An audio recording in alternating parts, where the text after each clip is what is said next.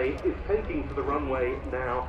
It's a type we've never before seen in a Duxford flying display, and it's one of the most significant combatants, you could say, on the North Vietnamese side of the Vietnam conflict. To some degree, it's an aircraft that changed things forever as far as the US Air Force was concerned, and application of air combat training and tactics in particular, because this aircraft, to some degree, changed the game.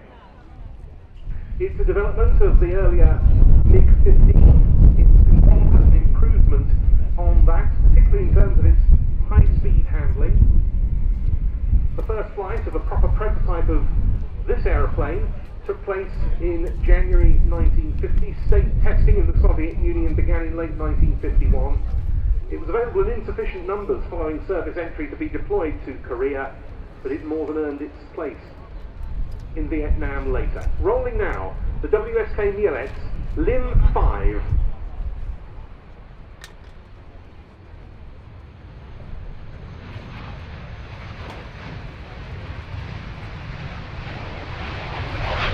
This being a Polish license-built version of the MiG-17F. As soon as the MiG-17 came about, it was showing its superiority over its MiG-15 predecessor, which increasingly became a ground attack platform only. The MiG-17 was very heavily armed for its day with an extremely potent cannon. In fact, it went on to be armed with two 23mm and one 37mm cannon. The initial aircraft had a non-afterburning engine. It entered full Soviet service in October 1952. But the MiG-17F model, known to NATO under the codename Fresco C, brought an upgraded Klimov VK-1F engine with afterburner. And one of the main features of this display is the absolutely spectacular, almost Roman candle-esque afterburner flame that you'll see emitting from the aircraft's rear.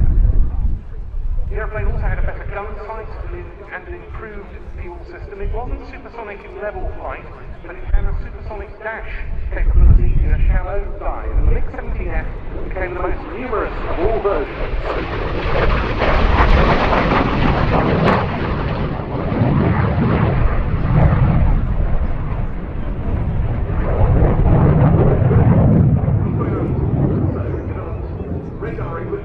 Interceptor versions, mainly the cannon-armed MiG-17F, the Fresco D, and then the solely missile-armed MiG-17PM, the Fresco E, and the Soviet Air Defense Force, the PVO, used them well into the 1970s, and they became very widely used across the Warsaw Pact and the wider Soviet sphere of influence. It wasn't for long the fastest or highest flying Soviet interceptor, but it was an excellent dogfighter.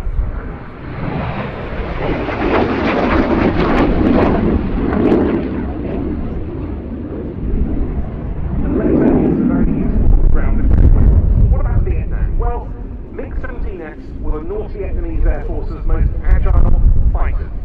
One US Air Force report on their capabilities said they were, quote, old and simple, but they could still outturn aircraft like the F-4 Phantom. And all Vietnamese MiG pilots came to realise they could defeat the American jets by drawing them into a close-in, turning dogfight. It was too close to the use of missiles, and in which they achieved the kill using their guns. And also because this was so much smaller,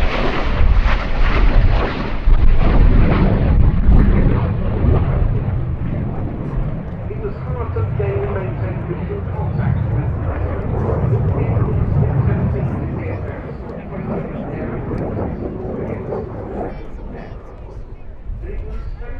From 1969, ex-Syrian MiG-17Fs were exploited by the Americans on the program stations Canberra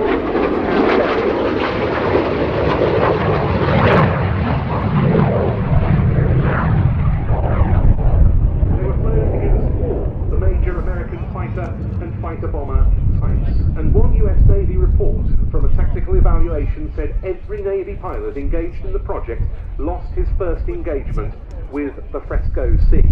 In fact, it was recommended by the US Navy that its A4 Skyhawks, A6 Intruders, and A7 Corsair II pilots should not engage the MiG-17.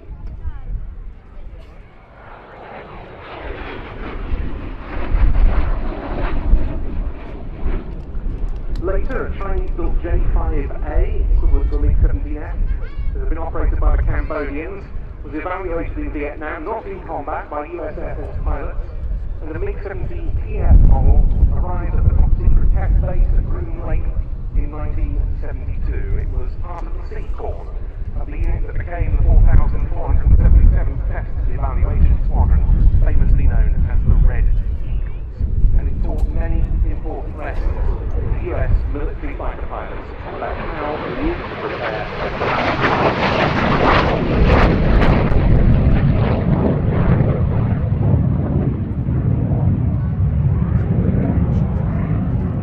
In fact, even early F-16 fighting Falcons found the MiG-17 a challenging adversary in what American pilots would call a telephone booth fight, close in, turning and burning. It's incredible to have this aircraft displaying for us, this ex-Polish Air Force LIM-5, which was delivered to that air arm in 1958.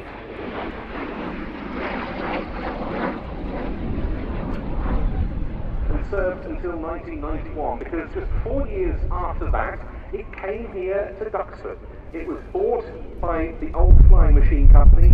The late Mark Hanna was, at that time, really expanding OFMC's inventory into classic jets, and this was one of them. However, it was never destined to be made airworthy. Please do heed the warning we gave earlier about not letting your litter blow onto the airfield. We have had a bit more than usual today, finding its way out onto the aerodrome. It brings all sorts of hazards for aircraft operations, so please make sure your litter goes safely into a bin, or that you keep it about your person and take it home with you. Thank you for helping out with that.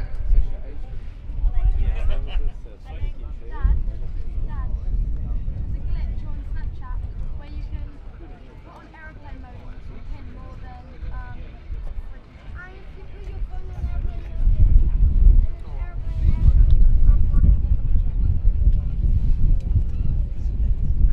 Interland, after an absolutely splendid showing, please show your appreciation for Mateusz Strama from Fubar Aviation with the LIM-5.